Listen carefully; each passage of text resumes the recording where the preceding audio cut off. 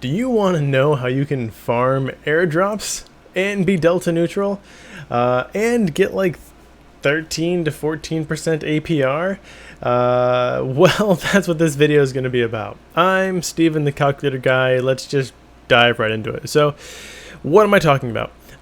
For this example, I'm going to be using Atom because the Cosmos ecosystem offers great validation rewards and has done that consistently for a long time. Now, if you look at the Atom chart, you're not going to be super impressed, most likely. However, that's what delta hedging is all about, right? Shorting an asset so that you're not exposed to its price movement. So basically, what am I talking about at like a high level? If you know anything about airdrops, you know that they generally go to people who are participating in validation on a chain. What does that mean? It means that there are people who effectively stake their assets, whether it be Atom or maybe Terra. In that case, they did a lot of airdrops, or Juno, anything really, AVAX. And by staking those, you're assisting with the validation of transactions on the chain. As a reward, a lot of new projects on those chains will airdrop validators some assets. It's just free money, which is pretty cool. Now, Atom, like I said, has pretty nice APRs. These as APYs would be around 20-21%, and these have been consistent for a very long time. And these are also getting airdrops, so that's pretty cool.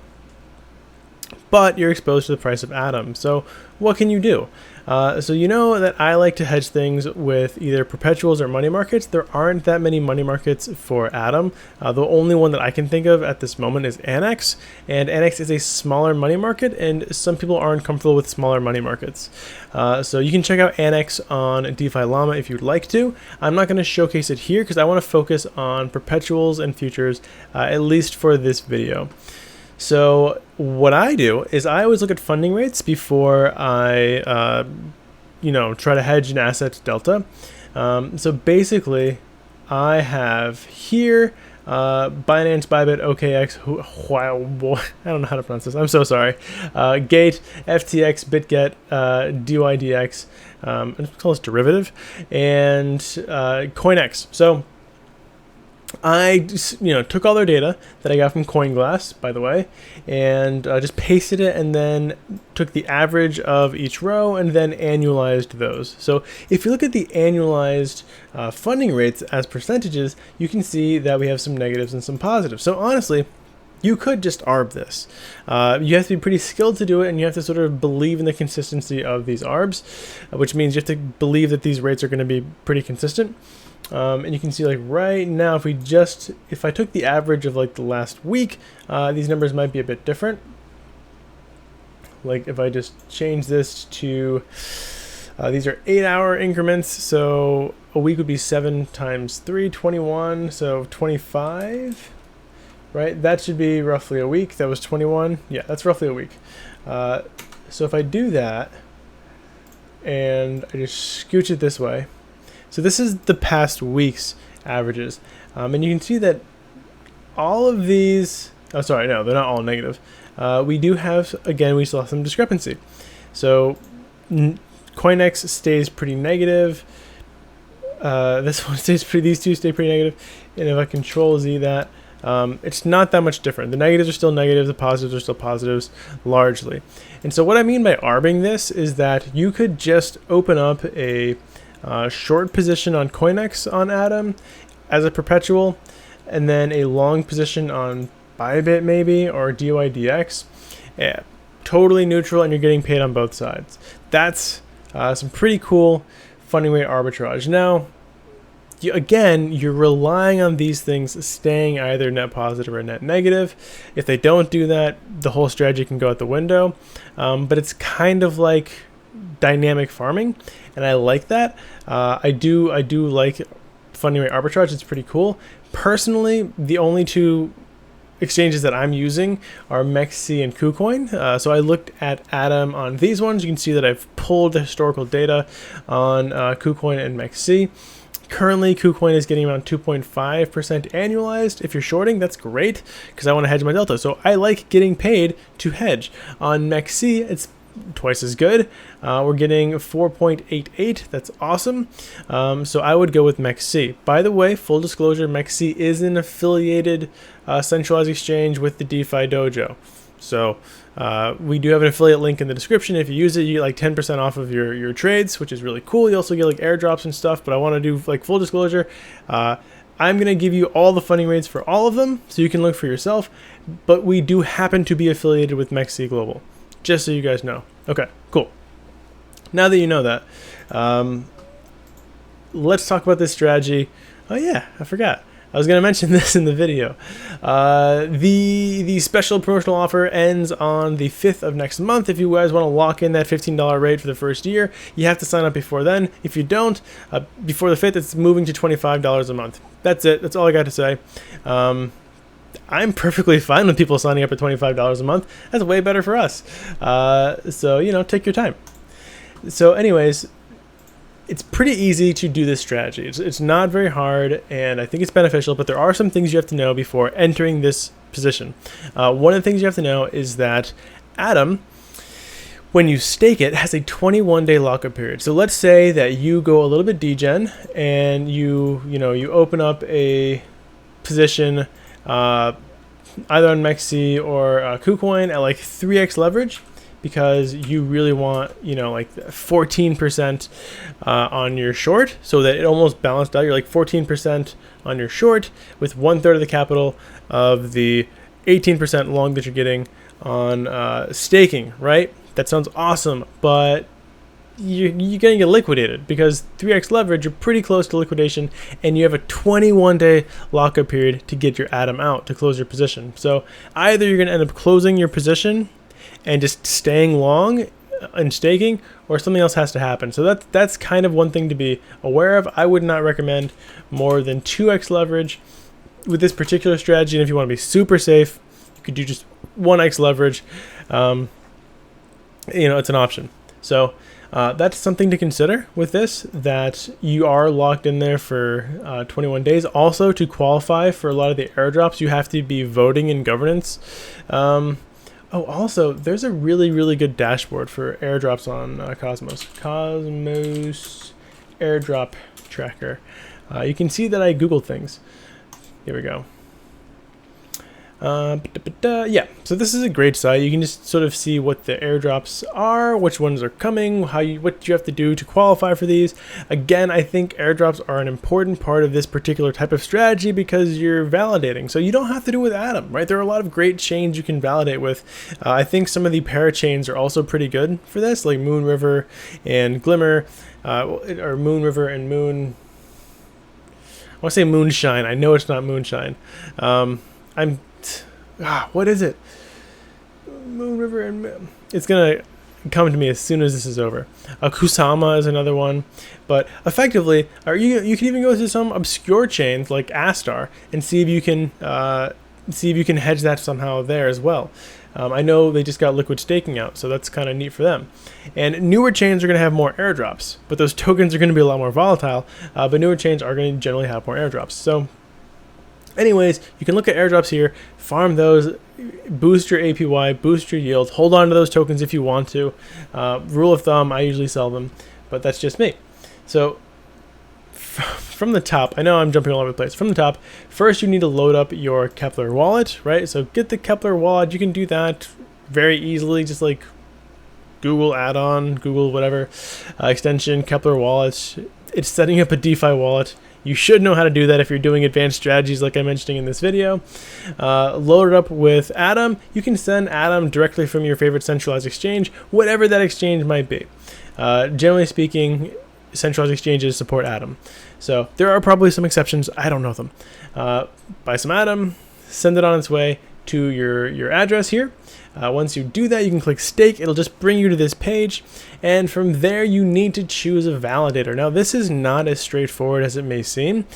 Choosing a validator can actually be pretty complicated, but I'm here to help you. So Basically, you generally want to aim for a commission between 5 and 10%. Those are going to be the most reliable and the least likely to change that commission rate on you without you knowing, which can happen. If you go for one of the really low commissions, then they're probably going to change it and you're going to get wrecked because you're locked in there for 21 days. Or if you go for a really high commission, then you don't get anything.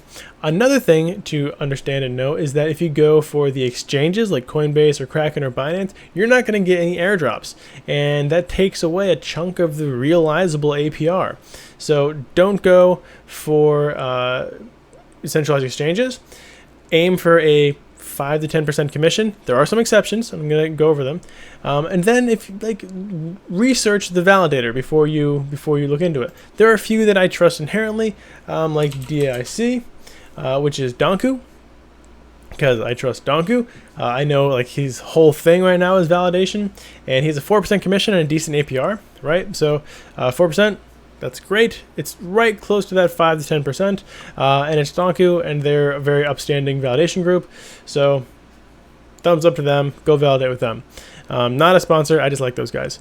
18.41%. That's good. That's par for the course. And then another one that I like is Friends. Friends Validator 18.22, slightly less, 5% commission, exactly what you would expect. You can see they have more voting power. They have 235,000. They're one of the larger validators. So either one of these is good by my book, but of course there are a lot of other ones out there that I'm sure are equally good. These are just the two that I know and that I trust. So not all validators are made the same. Do a little bit of research before you validate. It will reward you in the long term. Okay, so again, this strategy is a lot more simple than it sounds. You're staking your Atom, and then you're hedging it in a way that hopefully pays you to hedge it. So let's just say you hedge with MEXC in this case, because they're the higher of these two, right? You're getting paid 4.88. I would do 2x leverage. I think that's reasonable. So actually you're getting 9.76. Let's say you do $1,000 in validation, right? That's getting 18.4%. So this times 18.4%. Okay, that was supposed to be percent, so I'll just do that. Okay, cool. And then you're taking $500 for the short because you're doubling it up. So really, you only need $500. When you're 2x leverage, $500 at 2x leverage covers $1,000 or neutralizes $1,000. Right? We've talked about that in a few other videos. I'm sure most of you understand that. So that's getting 9.76 APR. So we can do equals this times 0.976, and actually 0.0976, or that would be 97%. Okay, cool. And I'm just going to sum these, equals sum of these two, and then I'm going to drag that up. And then I'm going to do equals this divided by this. And what that's going to do, that's going to give us our total APR. So our total APR in this case is 15.52%. It's pretty good. It's delta neutral, you're getting airdrops, and it's scalable. And I think this is probably the most important thing to know. What I mean by scalable is that a lot of money could be poured into this strategy without really moving the needle too far. That's the cool thing about validation, is that these blockchains can handle quite a bit of TVL, and it's not going to dramatically or adversely affect this strategy. Now, some other strategies that I would talk about, particularly some of the strategies I talk about in the dojo, are not able to handle a ton of TVL, which is why I can't make them public, because if I did, they wouldn't work. It wouldn't benefit anybody. Everybody would lose if I made every single strategy public, because TVL would flock to it and it would just ruin the strategy. And I've realized that over time. It sucks. I hate it because I would rather just tell everyone everything. But if it hurts people, then I clearly don't want to do that. So these strategies I like. They should be scalable, rather scalable. Right now, Atom has a lot of other things you can pair it with. So people are sort of moving out of validation to do other liquid staking or sort of staking and or LPing, which is good because that means that there's less people participating in validation, which means there's more room for validation, more room for people to go and stake their Atom. So that's it. If you want to check out what you would get with these rates, right, let's just say, what's the highest positive rate? 6.79? Okay, cool. So let's just do 6.79. Wow, 6.79. 13.58. So did what? Oh, okay. That should have just been times this the whole time. So it really doesn't change it dramatically, right? It went from like 15% to 16%. So not a huge change. Let me just Control Z. So basically, it's a negligible difference. So effectively, just use whatever centralized exchange you want to use. If you want to use Mexi, we do have an affiliate link. You don't have to. Totally up to you. I'm not going to shill. I'm not going to say it's the best exchange out there by any means. You know, I still use KuCoin too. It's just they wanted to affiliate with us. They said they would help us list some assets that we could short. That was really exciting for us because that means that we can hedge delta on some exotic assets or exotic yields. So we took the chance to do that. We think it's going to benefit the community long term. We'll see. So anyways, that's it, guys. Thank you so much for watching. Anything else I want to talk about?